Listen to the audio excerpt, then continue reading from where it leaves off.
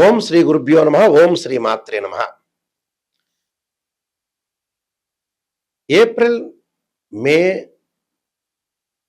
June మాసాలలో ద్వాదశ రాశుల వాళ్ళకి ఎలాంటి ఫలితాలు జరగబోతున్నాయి? ఇక్కడ జూన్‌లో ప్రత్యేకంగా గురువు మారతాడు. గురువు కర్కాటక రాశిలోకి వెళ్ళిపోవటం, శని మీనరాశిలోనే ఉంటాడు. రాహుకేతువులు కుంభము, సింహరాశిలో సంచారం చేస్తారు. రవి, బుధుడు, కుజుడు, శుక్రగ్రహాల యొక్క మార్పు జరుగుతుంటుంది. అంటే రవి మీనరాశి నుంచి మేషరాశికి, మేషరాశి నుంచి వృషభ రాశికి మారటం, మిథున రాశికి. అలానే శుక్రగ్రహం కూడా మేషం, వృషభం, మిథునం రాశుల్లోకి మారటం, కుజగ్రహంలో మార్పు, బుధుడు కూడా మేష, వృషభ రాశుల్లో సంచారాలు చేయటం, కుజుడు కూడా మేషరాశికి, వృషభ రాశిలో సంచారం చేయటం జరుగుతూ ఉంటుంది. అయితే అసలు ఈ గ్రహాల యొక్క సంచారం వల్ల ఈ 3 నెలల పాటు కూడా ద్వాదశ రాశుల వాళ్ళకి గోచారీత్యా ఎలాంటి నిర్ణయాలు తీసుకోవాలి? అంటే ఒక బిజినెస్ పరంగా ఎలాంటి నిర్ణయం తీసుకోవాలి? ఉద్యోగ పరంగా ఎలా ఉండబోతుంది? ఆర్థిక వ్యవస్థ ఎలా ఉండబోతుంది? ఆర్థిక పరంగా వీళ్ళకి అనుకూలంగా ఉంటుందా లేదా? పిల్లల యొక్క చదువు, ఎడ్యుకేషన్ పరంగా ఏ విధంగా ఉండబోతుంది? ఇలాంటి అంశాలని మనం చాలా జాగ్రత్తగా పరిశీలన చేయాలి. ఏ విధంగా ఉండబోతుంది? అంటే ఆరోగ్యపరంగా కూడా ఏ విధంగా ఉండబోతుంది? ఆరోగ్యపరంగా ఎలాంటి నిర్ణయాలు తీసుకోవాలి? ఉద్యోగపరంగా ఎలాంటి నిర్ణయాలు తీసుకోవాలి? ప్రతి పనిలో కూడా ఎలాంటి విజయాన్ని సాధించాలి?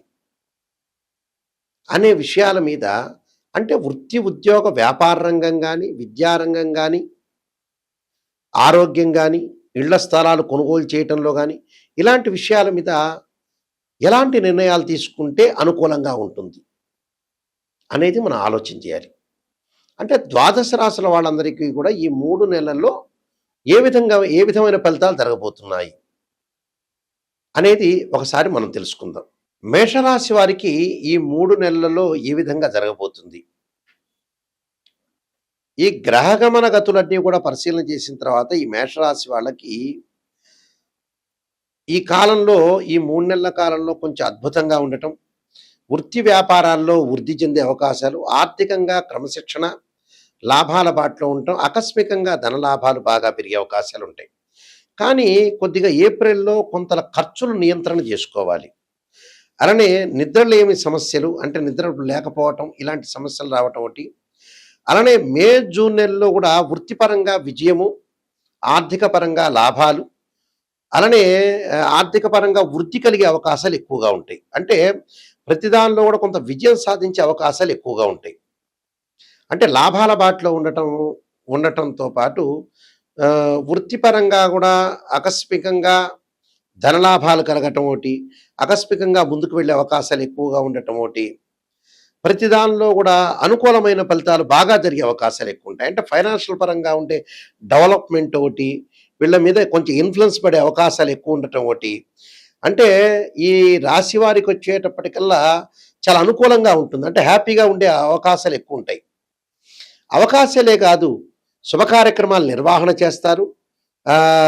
కెరీర్ అండ్ ఫైనాన్షియల్ పరంగా under the influence of Guru from 19th మార్చి అప్పటి నుంచి కూడా బాగానే ఉంటుంది. వాస్తవంగా అయితే మార్చి నుంచి కూడా బాగానే ఉంటుంది. కానీ ఏప్రిల్లో వచ్చేటప్పటికల్లా చాలా అద్భుతంగా ఉంటుంది. ఎప్పటి నుంచి అద్భుతంగా ఉంటుంది అంటే మనకు మే, జూన్ నెలలో కూడా చాలా అద్భుతంగా ఉంటుంది. అంటే you will get excellent benefits after 31st మే. అప్పటి నుంచి కూడా చాలా అద్భుతమైన రిజల్ట్స్ వచ్చే అవకాశాలు ఎక్కువగా ఉంటాయి. అంటే వాళ్ళు ఎక్స్పెక్ట్ చేయని విషయాల్లో అన్ఎక్స్పెక్టెడ్గా ఫైనాన్షియల్ పరంగా గెయిన్, అంటే సంపాదించే అవకాశాలు ఎక్కువ ఉంటాయి. అంటే సక్సెస్ రేటు బాగా ఎక్కువగా ఉండే అవకాశం ఉంటుంది. కాబట్టి విదేశాలకు వెళ్ళే అవకాశాలు, అబ్రాడ్ వెళ్ళే అవకాశము, అక్కడ హోటల్స్, రెస్టారెంట్స్ బిజినెస్ పరంగా ఉంటుంది. విద్యార్థులకు చాలా అనుకూలమైన కాలం అని చెప్పుకోవచ్చు. అలాగే స్త్రీలకు కూడా ఉన్నతమైన అభిప్రాయాలు కలిగే అవకాశాలు ఎక్కువ ఉంటాయి. ప్రధానంలో కూడా కొంత విజయం సాధించే అవకాశాలు బాగా బెటర్ లైఫ్ వచ్చే అవకాశాలు ఎక్కువగా ఉంటాయి. కాబట్టి నేను కొన్ని పరిహారాలు చెప్పబోతున్నా. ఆ పరిహారాలు మీరు పాటించండి. మీకు మంచి జరిగే అవకాశాలు ఎక్కువగా ఉంటాయి. ఇవన్నీ కూడా గోచారరీత్యా చెప్పబడే ఫలితాలంటారు. ఈ గోచారరీత్యా చెప్పబడే ఫలితాలకి బర్త్ చార్ట్‌కి చాలా లాట్ ఆఫ్ డిఫరెన్స్ ఉంటుంది. అంటే ఆవగింజంత ఎంత కృషి చేసినా కూడా ఆవగింజంత అదృష్టం ఉండాలంటారు. ఆవగింజంత అదృష్టమే గోచారం అంటారు. అయితే ఈ గ్రహాల యొక్క కలయిక వల్ల కొంతమందికి రకరకాల ఇబ్బందులు కలుగుతుంటాయి. అంటే ఉద్యోగాల పరంగా అప్ అండ్ డౌన్స్ ఉంటాయి. ఫైనాన్షియల్ పరంగా ఎదుగుదల ఉండదు. వివాహ శుభ కార్యక్రమాలు కాలేకపోవటం, ఆరోగ్యపరంగా ఇబ్బందులు, అలానే వాహన ప్రమాదాలు జరిగే అవకాశాలు ఉండటం, చికాకులు, కోర్టు సమస్యలు, సంతానం కలగలేకపోవటం, ఇలాంటి ప్రాబ్లమ్స్ వచ్చే అవకాశాలు ఎక్కువ ఉంటాయి. ఎందుకంటే మనిషికి ఏదో రకమైన సమస్యతో మనిషి బాధపడుతూ ఉంటాడు నిజంగా. ఆ సమస్యని అధిగమించాలంటే ఏం చేయాలి? అంటే మన చేతుల్లోనే ఉంటుంది నిజం చెప్పాలంటే.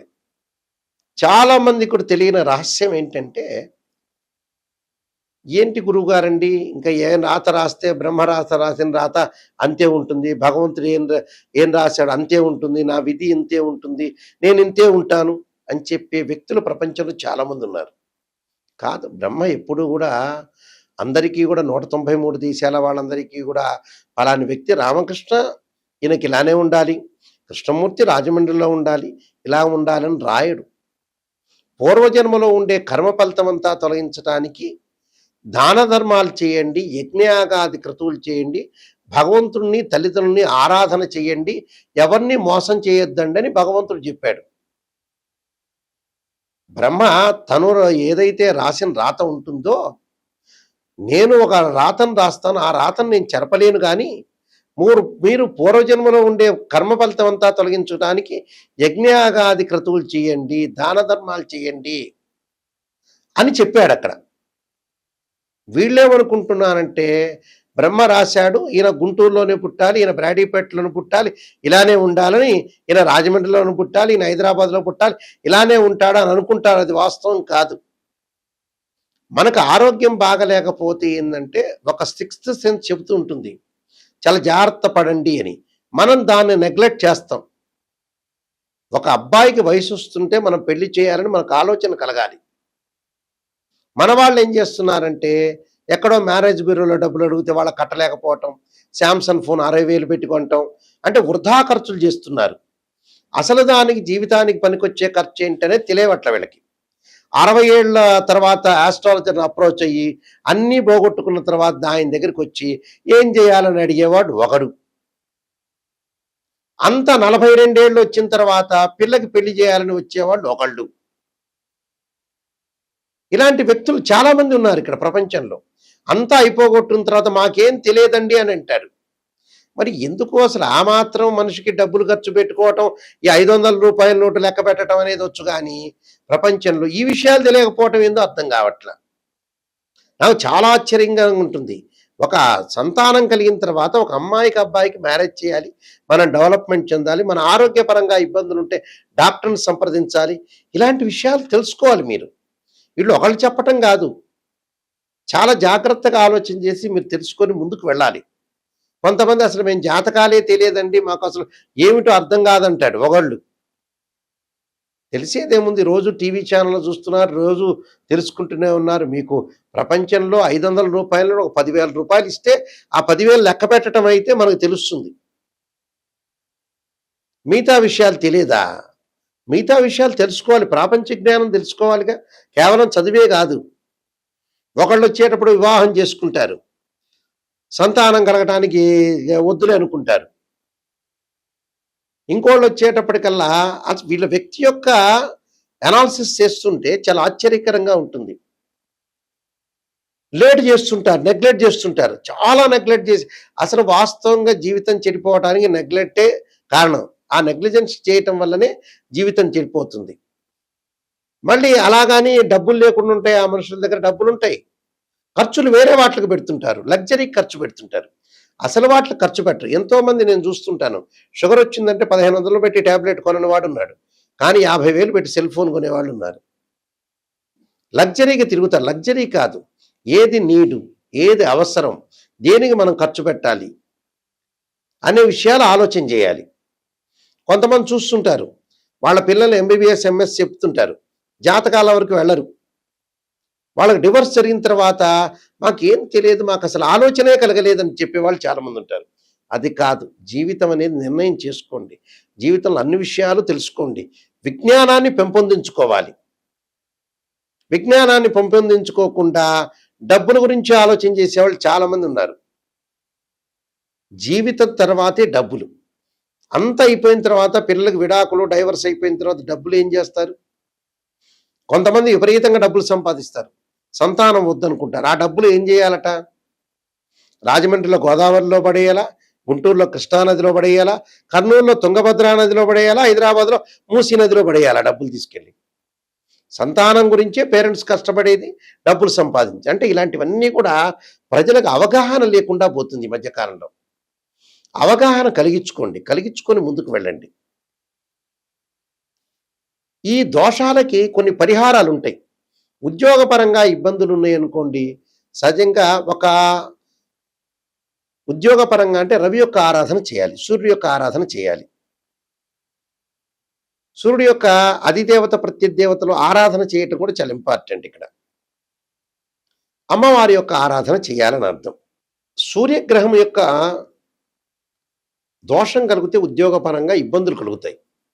మనం రాశిచక్రాన్ని, భావచక్రాన్ని, దశమాంశ చక్రాన్ని చూడాలి వృత్తిపరంగా. అంటే 16 డివిజనబుల్ చార్ట్స్ ఉంటాయి. యాక్చువల్గా మ్యాథమెటికల్ క్యాలిక్యులేషన్ చూడాలి.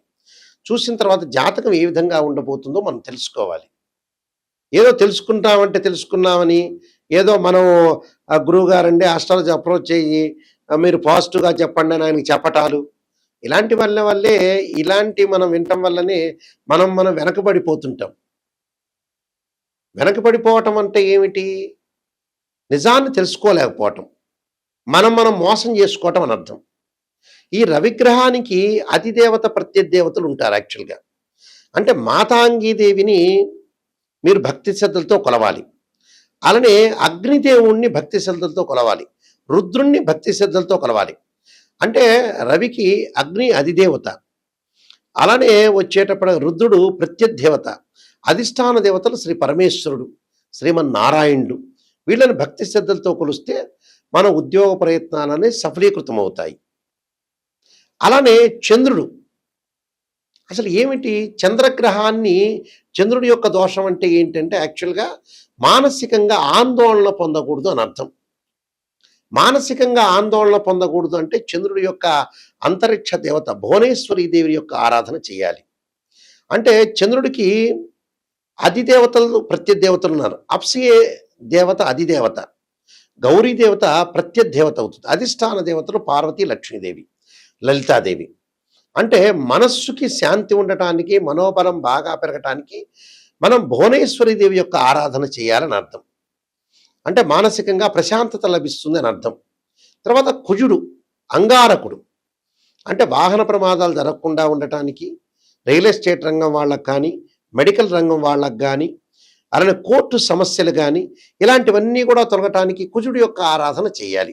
అంటే కుజుడు యొక్క అధిదేవత ప్రత్యదేవతలను కూడా మనం అనుసరించాలి యాక్చువల్గా. అంటే ఎవరు? కుజుడు యొక్క భగడాముఖి దేవిని ఆరాధన చేయాలని అర్థం. అంటే అధిదేవత అంగార గ్రహానికి పృథ్వీ అధిదేవత, క్షేత్రపాలకుడు ప్రత్యదేవతలు, అధిష్టాన దేవత సుబ్రహ్మణ్య స్వామి యొక్క ఆరాధన చేయాలి. అలానే చాముండేశ్వరిని కూడా ఆరాధన చేయటం వల్ల కూడా కుజుడి యొక్క అనుగ్రహం లభిస్తుంది. అంటే జన్మలగ్నం నుంచి 2, 4, 7, 8, 12 స్థానంలో కుజదోషం ఉన్నా, కుజుడు బాగలేకపోయినా 6, 8, 12 స్థానంలో కుజుడు ఎలా ఉన్నాడో తెలుసుకొని మన కుజదోషం ఉందా లేదా తెలుసుకోవాలంటే జాతకాన్ని చూడాలి. జాతకం చూసిన తర్వాత కుజుడు అనుగ్రహం లేకపోతే సుబ్రహ్మణ్య స్వామి యొక్క ఆరాధన, భగడాముఖి దేవిని యొక్క ఆరాధన చేయటం చాలా మంచిది. అంటే ఈ గ్రహాల యొక్క దోషాన్ని మనం తొలగించుకోవడానికి ప్రత్యేకంగా యాక్చువల్గా కొన్ని పరిహారాలు చేయాలని అర్థం. ఆ పరిహారాల్లో ముఖ్యంగా బుధుడి యొక్క దోషం ఉందనుకోండి, బుద్ధి బలం పెరగదు. అప్పుడు బుధుడి యొక్క దోషానికి మనం ఏం చేయాలి? ఏ దేవతను ప్రసన్నం చేసుకోవాలి అంటే అమ్మవారి యొక్క ఆరాధన చేయాలి. ప్రత్యేకంగా దశమహావిద్యల్లో చెప్పబడింది. బుధుడి యొక్క అంటే ఇక్కడ త్రిపుర సుందరి దేవిని యొక్క ఆరాధన చేయాలి. బుధుడికి ఎవరు? అధిదేవత విష్ణువు, అలానే ప్రత్యదేవత నారాయణుడు. అధిష్టాన దేవతలు ఎవరంటే శ్రీ మహాగణాధిపతి దుర్గాదేవి. వీళ్ళని ఆరాధన చేయాలి. అంటే బుద్ధి బాగా పెరగటానికి, వ్యాపార పరంగా వాణిజ్య సంబంధాలు బాగా పెరగటానికి బుధుడి యొక్క అంతరిక్ష దేవత అంటే బాలా త్రిపుర సుందరి దేవిని యొక్క ఆరాధన చేయాలంటారు. అలానే గురుగ్రహం అంటే ధనపరంగా ఇబ్బందులు కలుగుతున్న వాళ్ళకి, వివాహాది శుభ కార్యక్రమాలు కానీ, ఫైనాన్షియల్ పరంగా ఉండే డెవలప్మెంట్ విషయంలో కానీ, విద్యందు అనుకూలంగా లేకపోతే విద్యార్థులు దక్షిణామూర్తి స్తోత్రాన్ని పారాయణం చేయమంటారు. అంటే గురువుకి ఎవరు? అధిదేవత ప్రత్యదేవతలను మనం చూసుకునేటట్టయితే బ్రహ్మ, అలానే ప్రత్యదేవత ఇంద్రుడు, అధిష్టాన దేవతలు బ్రహ్మ పరమేశ్వరుడు. అంటే గురువు అంతరిక్ష దేవత ఎవరు? తారాదేవి. తారాదేవి యొక్క ప్రసన్నం చేసుకుంటే మనం ఫైనాన్షియల్ పరంగా అనుకూలంగా ఉంటుంది. అలానే కుబేరుడు యొక్క ఆరాధన చేయమంటారు. అలానే శుక్రగ్రహం, శుక్రగ్రహానికి అధిదేవత ప్రత్యదేవతలు ఎవరు మనం చూసుకుంటే శుక్రుడికి అంతరిక్ష దేవత కమలాదేవి. అంటే కమలాదేవి యొక్క ఆరాధన చేయాలంటారు. శుక్రుడికి ఇంద్రాణి అధిదేవత, ఇంద్రుడు ప్రత్యదేవత, అధిష్టాన దేవత శ్రీ మహాలక్ష్మి రాజరాజేశ్వరుని యొక్క ఆరాధన చేయాలి. అదే శనికి ఏమిటి అంటే శుక్రుడు ఏమిటి? వివాహం కాకపోయిన వాళ్ళు కానీ, విడాకులు జరుగుతున్న వ్యక్తులు కానీ, శుక్ర వివాహ సంబంధాలు కలవలేకపోతున్న వ్యక్తులందరూ కూడా శుక్రుడికి ఆరాధన కమలాదేవిని ఆరాధన చేయమంటాడు. అలానే శని అంటే ఎల్నాటి శని జరుగుతున్న వాళ్ళు కానీ, కంటక శని కానీ, పొంగు శని కానీ జరుగుతున్న వాళ్ళందరూ కూడా శని గ్రహం యొక్క అనుకూలత ఉండాలంటే అంతరిక్ష దేవత దక్షిణకాళి దేవతను ఆరాధన చేయమంటారు. శనికి యముడు అధిదేవత, ప్రత్యదేవత ప్రజాపతి, అధిష్టాన దేవత కాలభైరవుణ్ణి ఆరాధన చేయమంటారు. అంటే పనులలో ఆలస్యం జరుగుతున్నా, లేకపోతే పనుల విషయంలో కొంత జాగ్రత్తగా ఏదైనా ప్రాబ్లమ్స్ వస్తున్నా శుక్రుడి శని యొక్క ఆరాధన చేయమంటారు. అంటే ఇవన్నీ కూడా మనం ఖచ్చితంగా ఆరాధన చేసి తీరాల్సిందే. అలానే రాహు దగ్గరికి వచ్చేటప్పుడు రాహు యొక్క అధిష్టాన దేవత ఏంటంటే చిన్నమస్తాదేవి అంటారు. ఆమె అంతరిక్ష దేవత. రాహుకు అధిదేవతలు మనం చూసుకునేటట్టయితే గోవు, సర్పము ప్రత్యదేవత, అధిష్టాన దేవత దుర్గాదేవి. దుర్గాదేవి యొక్క ఆరాధన చేయాలంటే విదేశాలకు వెళ్ళటం ఆలస్యం జరుగుతున్నా, శత్రువులు బాగా పెరుగుతున్నా, ఒక మాయలాగా వచ్చి ఆరోగ్యపరంగా ఇబ్బందులు కలుగుతున్నా, పనులలో ఆలస్యం జరుగుతున్నా కూడా రాహు యొక్క ఆరాధన చేయాలి. అలానే కేతు, మరి కేతుగ్రహ దోషం అనేది జాతకంలో ఉన్నా, జ్ఞానం అనేది లేకుండా, ఎలాగైనా విచక్షణా జ్ఞానం లేకుండా కేతు యొక్క కాలసర్పదోషాలు కానీ సర్పదోషాలు కానీ ఉన్నవాళ్ళు రాహుకేతులను ఆరాధన చేయాలి. కేతు అంతరిక్ష దేవత ధూమవతి దేవత. కేతువుకి అధిదేవత చిత్రగుప్తుడు, బ్రహ్మ ప్రత్యదేవత, అధిష్టాన దేవత శ్రీ మహాగణాధిపతి. అంటే వీళ్ళని ఆరాధన చేయాలని శాస్త్రం చెప్పబోతుంది. వీటన్నింటి కూడా మనం ఆరాధన చేస్తే మనకు మంచి సుఫలితాలు జరిగే అవకాశం ఉంటుంది. నేను కాలసర్పయోగము, కాలసర్పయోగ చంద్రిక, రాహుకేతులు, ఛాయాగ్రహాలు, పుత్రగణపతి వ్రతము, సర్వదేవతా గోత్రపరులు పార్ట్ 1, పార్ట్ 2, స్వప్నశాస్త్ర ఫలదీవిక, బృహత్ పరిహార సింధు, నవగ్రహ దోషాలకు దశమహా విద్య స్తోత్ర పాలనాలు, అలానే జాతక చంద్రిక, అలానే వివాహ మార్తాండము, ఇలాంటి ప్రొడక్షన్ ఆఫ్ ఆస్ట్రాలజీ, ఈ నెంబర్ ఆఫ్ బుక్స్ అనేవి కూడా నేను రచించాను. రైటర్ని నేను. రాజమండ్రి మోహన్ పబ్లికేషన్ వాళ్ళ దగ్గర ఈ పుస్తకాలను దొరుకుతాయి, మా దగ్గర కూడా లభ్యమవుతాయి. నిజాన్ని తెలుసుకోండి, నిజాన్ని తెలుసుకుని దాని పరిహారం ఏంటో తెలుసుకోండి. ఒక అబ్బాయికి వివాహం కాలేదంటే ఖచ్చితంగా 16 లగ్న కుండలను పరిశీలన చేయాలి. ఒక అమ్మాయికి వివాహం కాలేదంటే రాశిచక్రము, నవాంశము, భావచక్రాన్ని పరిశీలన చేయాలి. వృత్తిపరంగా అనుకూలంగా బాగలేదనుకోండి రాశిచక్రము, భావచక్రము, దశమాంశ చక్రం. సంతానం కలగలేదంటే రాశిచక్రము, అలానే భావచక్రము, అలానే సప్తమాంశ చక్రం. అంటే ఈ 16 లగ్న కుండళ్ళు డిగ్రీల్లో మ్యాథమెటికల్ అనాలిసిస్ చేయాలి. ఉచ్చస్థానంలో ఉందా, నీచ స్థానంలో ఉందా, ఏ దశ జరగబోతుంది, దశల అంతర్దశల్లో కూడా చాలా ఉన్న విషయాలు ఉన్నాయి. ఏ దశ జరుగుతుంది, ఏ దశ ఏ లగ్నానికి కలిసి వస్తుంది, ఏ లగ్నానికి కలిసి రాదు, ఆ అంతర్దశలు ఏంటి, విదిశ ఏంది, సూక్ష్మ దశ ఏంది అనేవన్నీ కూడా అనాలిసిస్ చేయకుండా జాతకం చెప్పటం వల్ల పెద్ద ప్రయోజనం ఉండదు. మీరు చెప్పించుకోవటం వల్ల కూడా ప్రయోజనాలు ఉండదు. అసలు నిజంగా వారికి సబ్జెక్ట్ ఉందా లేదా అని అనాలిసిస్ చేయండి. అనాలిసిస్ చేసి ముందుకు వెళ్ళండి. మా వెబ్సైట్ www.nayakanti.com, nayakanti.in చూడండి. అలానే స్క్రీన్ పైన స్క్రోలింగ్ అవుతున్న నెంబర్ ఉంటుంది, ఆ నెంబర్కి మీరు ఫోన్ చేయండి. మేము వంశపారంపర్యంగా చెప్పే వ్యక్తులం. మా నాన్నగారు కూడా ఇంటర్నేషనల్ కౌన్సిల్ ఆఫ్ ఆస్ట్రాలజీలో మెంబర్ కూడా. అయితే మీరన్నీ కూడా తెలుసుకోండి. నిజాన్ని తెలుసుకొని రీసెర్చ్గా మీరు అవగాహన పెంపొందించుకుంటే మాకు కూడా మంచిదే. ఎందుకంటే మీకు నిజాన్ని తెలుసుకోవటం చాలా ఇంపార్టెంటు. మీరందరికీ కూడా శ్రీ పరమేశ్వరుడి యొక్క కరుణాకటాక్షం ఉండాలని ఆశిస్తూ సర్వే జనా సుఖినో భవంతు.